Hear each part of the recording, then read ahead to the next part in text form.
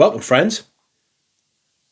Today, we are beginning another First Impression series.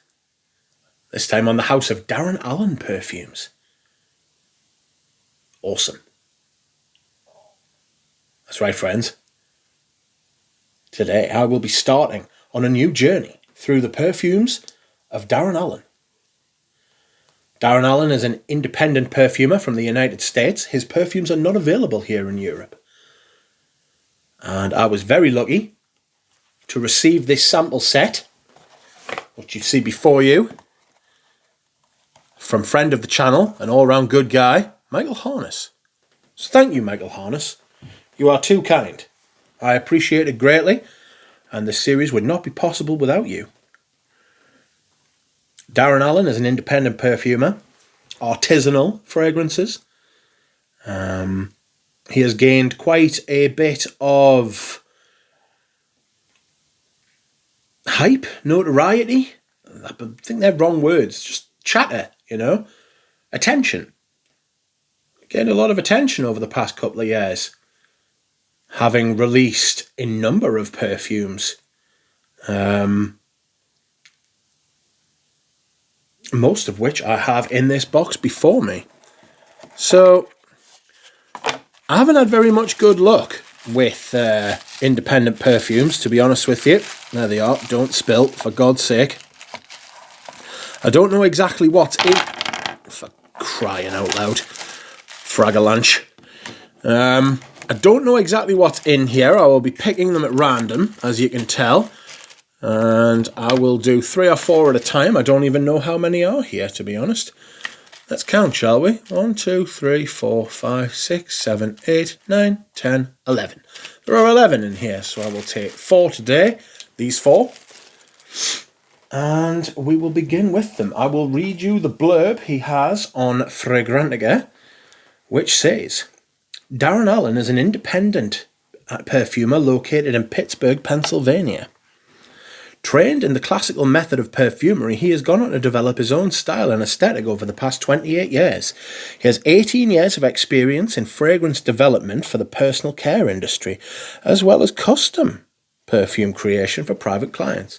This is an intense, interactive experience he calls Bespoke Perfume Project. He enjoys creating olfactory experiences with scents that literally transport your mind to another place and time. He also specialises in vintage and historic perfume recreation, which utilises period-correct natural materials, artisanal distillations, handmade aromatic tinctures and absolutes, and seasonal effleurage using native flowers of western Pennsylvania. He has 14 perfumes. Oop, this sample's just decided to pop its clogs. Come back, there you go. He has 14 perfumes in the Fragrantica haul, in the Fragrantica annals. So I hope these 4 are there. I also have Parfumo to hand and this somewhat lacking piece of paper. Not everything is there, as you can see. Or is it? No, there's only 9 there. No, 1, 2, 3, 4, 5, 6, 7, 8, 9... Oh no, all 11 are there. Oh, I apologise. Sorry, Darren Alan, I have slandered you already. Okay then, let's see what Darren Alan has to offer. There has been a number of people recommend Darren Alan to me, which I have been intrigued by, and I cannot find my sample sticks, and as soon as I've said that, I found them. Not smooth. Anyway, there have been a number of people recommended these to me, and a number of people have said these are fantastic perfumes, well made, and that I should try them, and it was very hard to get them sent over here. I'm also interested in trying the house of Chris Rusick. Beg your pardon. I'll get your name right one day. So the perfumes that I have picked out today at random seem to be After the Rain, Devil's Share, Angel Share, Musc Moderne, and vintage novel. So, let's see, shall we? We will start with After the Rain. After the Rain. So, here we go. After the rain, damp soil, green stems broken underfoot, wet rocks, the barely perceptible sweetness of wild honeysuckle blossoms carried on a warm summer breeze, the smell of fresh air and sunshine lingering on your skin. This olfactory journey places you in the middle of a forest after a warm summer rain. Close your eyes and breathe in the essence of nature that surrounds you. This was released in 2007. Not a new perfume then.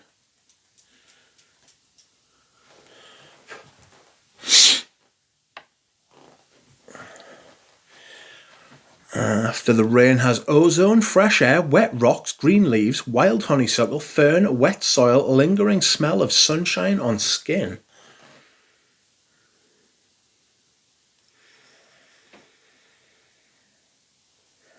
I get the wet zone. I get fresh air. I get the honeysuckle. I get the dampness. It's very wet earth, you know. It's very abstract. It's very, excuse me whilst I hydrate. It's very,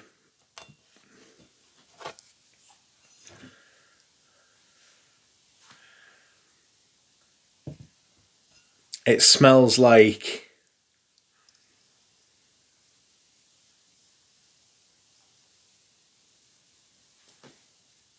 it smells like a place.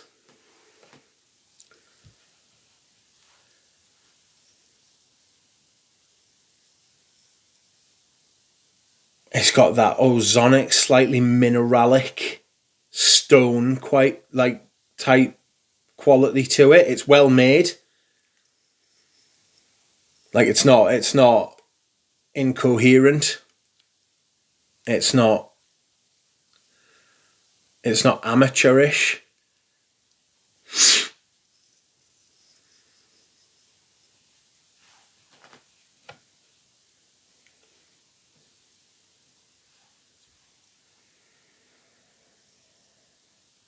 It's fresh. It's quite realistic. I imagine it would be a tough wear. You know? Like, there's a touch of green Irish tweed about it.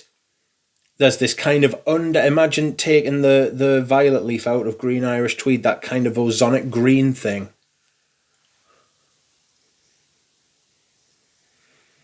There's more than a hint of green Irish tweed about it, actually.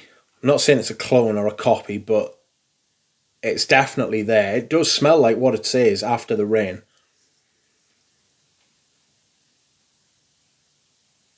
But I'm getting green Irish tweed vibes from it.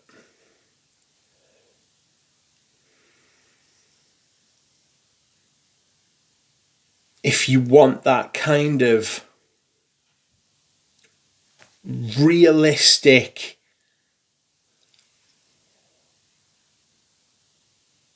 fresh, it's almost like a non-perfume. It's almost like a recreation of something that you would find out in nature. It evokes a place and a time.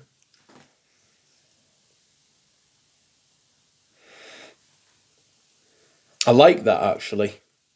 I like that, but I would find it very difficult to wear.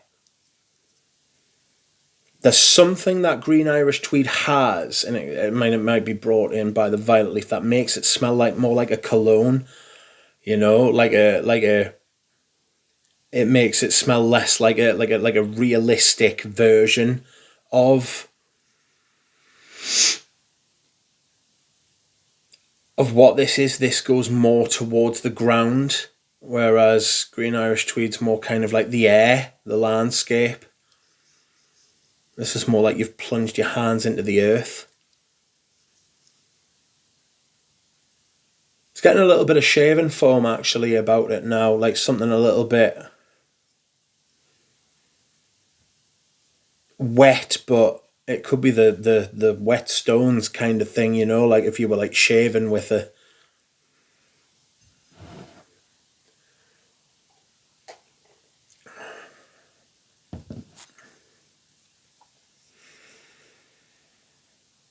green, like a green fougere.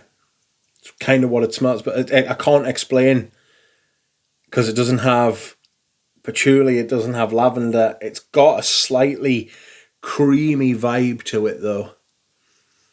It's got the fern thing going on, and we know ferns don't have a smell, so that's what a fougere tries to recreate.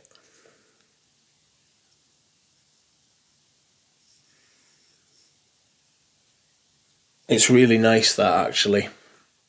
I would try that on skin and see what happened.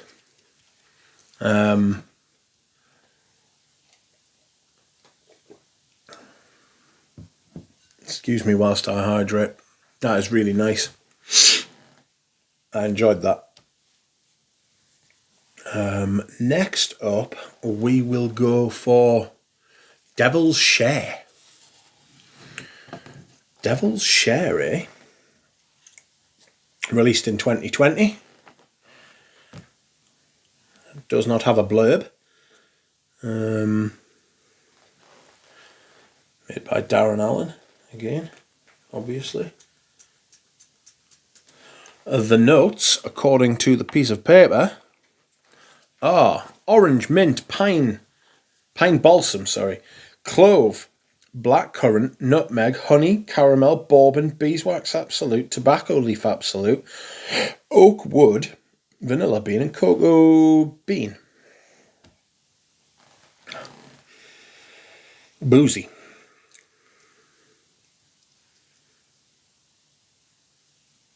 Bourbon, yeah, it's got this kind of sweet, boozy kind of thing. I was really worried these were going to be not great,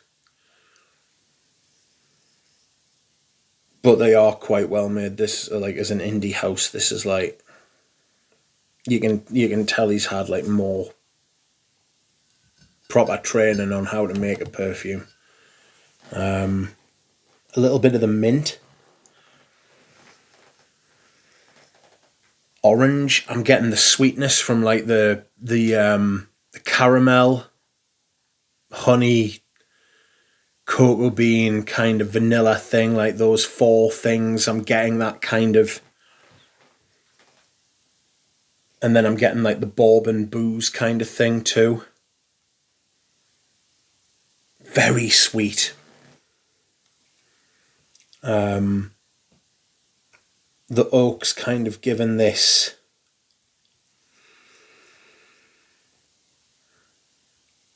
darkness. It's dark, slightly, not bitter, but like,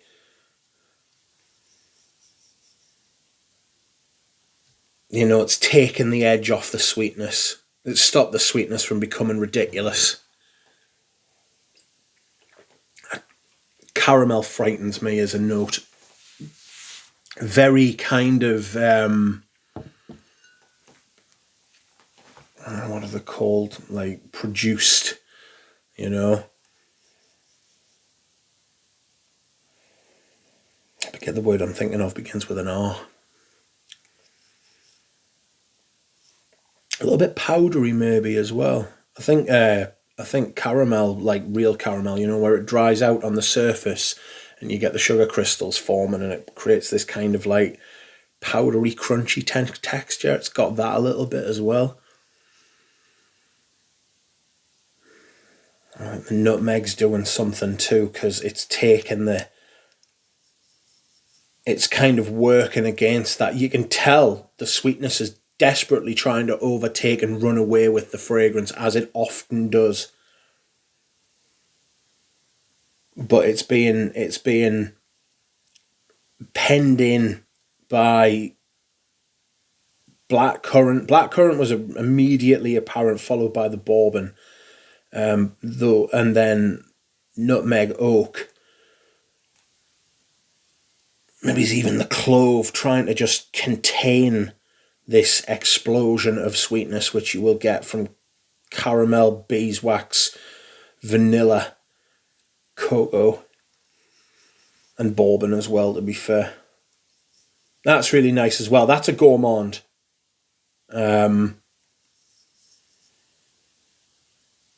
It's like a less outrageous... it's like a less outrageous pure malt. Pure malt for me at the end became very... Pure malt at the end became very headache inducing for me. It was too much.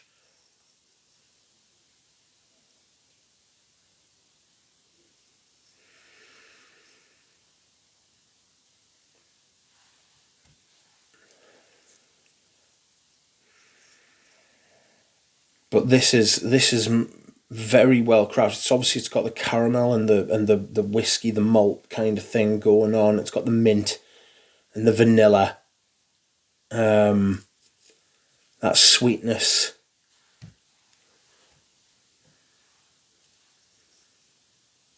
But yeah, I could liken that to pure malt. So After the Rain's a bit like Green Irish Tweed, and Devil Share's a bit like pure malt. That's okay. I'm just going to pour myself some more water. If you give me 1 second. We cannot go without. Okay. So, next up we have Musc Moderne. Some modern musk. I'll say one thing about this so far. My anxieties and fears about these being poorly made are I don't have that fear and anxiety now. I'm actually looking forward to smelling the rest of these, because he clearly knows what he's doing, especially from the first two. So thank God and congratulations. And the first two have shown a lot of promise. We will see. Next up, Musc Moderne. Came out in the 2020s. So the blurb reads, transparent and sheer as a summer breeze.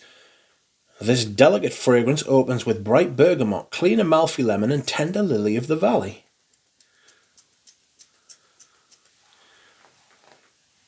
Sweet muscadine grape adds an effervescent champagne nuance to this fragrance, while creating a seamless transition into the gorgeous combination of osmanthus and rose de mai absolutes.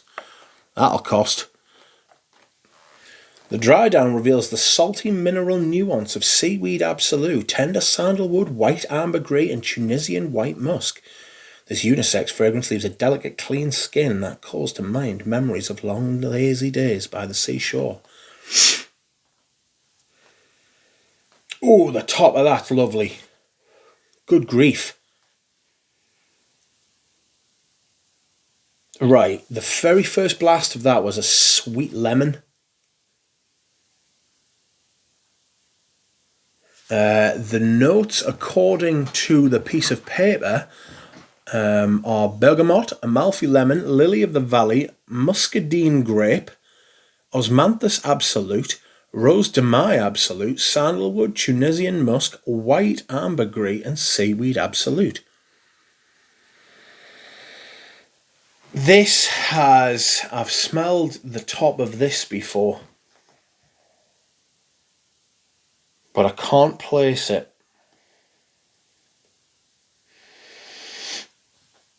Again, it's got that salty, seaweedy,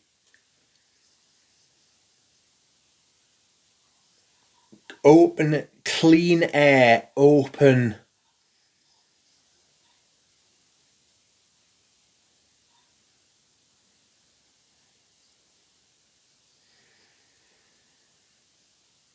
Green Irish tweedy kind of thing. Excuse me whilst I hydrate. I've just dropped the stick on the floor. Not the best place for it.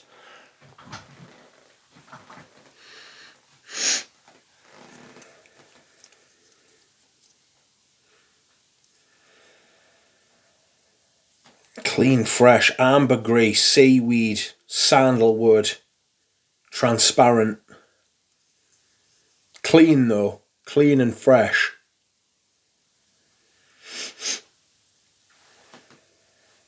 I wonder what he charges for his fragrances. Let's have a quick look. Darren Alan.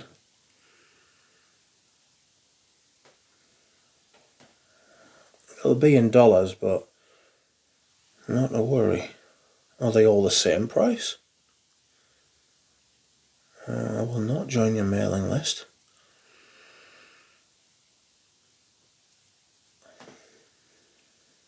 That's a shame. Apparently this doesn't contain Dorian's Fougere. We'll have a look at...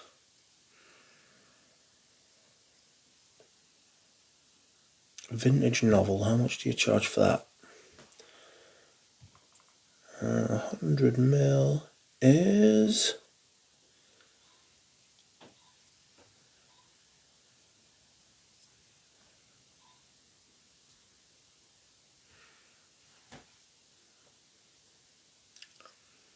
Well, 10 ml is €45, and I don't want that. It's $45. So the website is being... we'll try OKLM. Oh, he only does 50 mils, and the 50 mils are 155. That's not a bad price. This is fresh. The bergamot's really nice. The ambergris, musk, slightly sweetened by that rose and grape.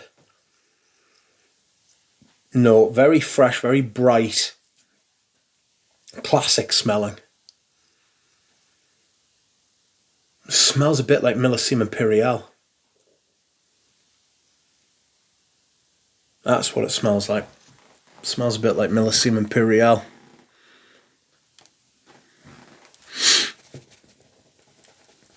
Okay. Next and last but not least, we have Vintage Novel from 2021. Interesting. Okay, Vintage Novel, what do you say? This fragrance opens with a citrusy rose that blooms into a resonant wave of spices. Honey, tobacco, resins, agar wood, and genuine Indian sandalwood. As it dries down... Oh, it's stained the paper, has it not? As it dries down, the perfume transforms into a vintage book from a historic, musty library. Yes, we all know that brittle and dusty smell of the card catalogue. You are left with an insanely long dry down of old musty books, murky ink, and leather bindings even, which crunch when opened, releasing a flurry of crumbled glue chips on the freshly polished hardwood table. Close your eyes and enjoy. And that rose really is apparent at the top. I feel like I'm being taken somewhere by that rose. The notes according to the paper are Taif rose, saffron, spices, tobacco, vanilla, sandalwood, Egyptian musk, white ambergris, Indonesian oud, musty library books, aged paper, ink, linseed oil polished hardwood, and vintage leather bindings.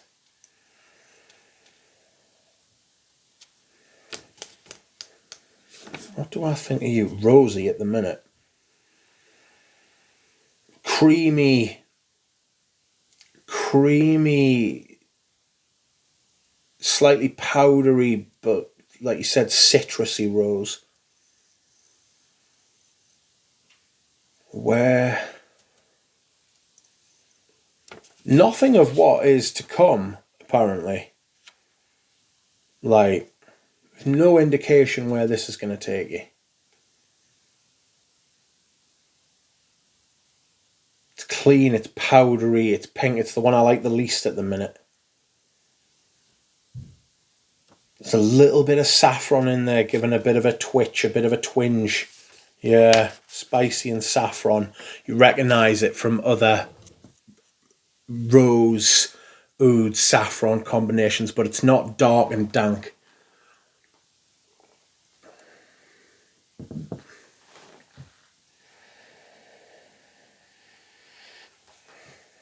Powdery rose, it's got that kind of powder texture, like if you've ever had, I mean, I don't know if you ever had, but you used to get talcum powder put on your skin when you were a kid, and you could, if any got into your mouth, you could feel it between your teeth, like a chalky. It's given me that chalky feeling between my teeth.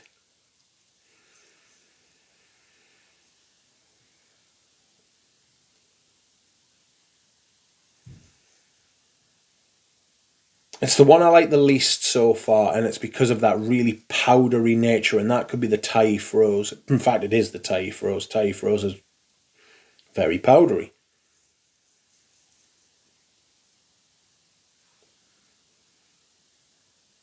It is... It's on the drier side, but it's not desiccated. It's not mummified kind of dry. It's not like as if you touch it, it would just fall to pieces. It's not that kind of dry. It's a lovely rose, I'll say that. It is beautiful. The ingredients are really good in this.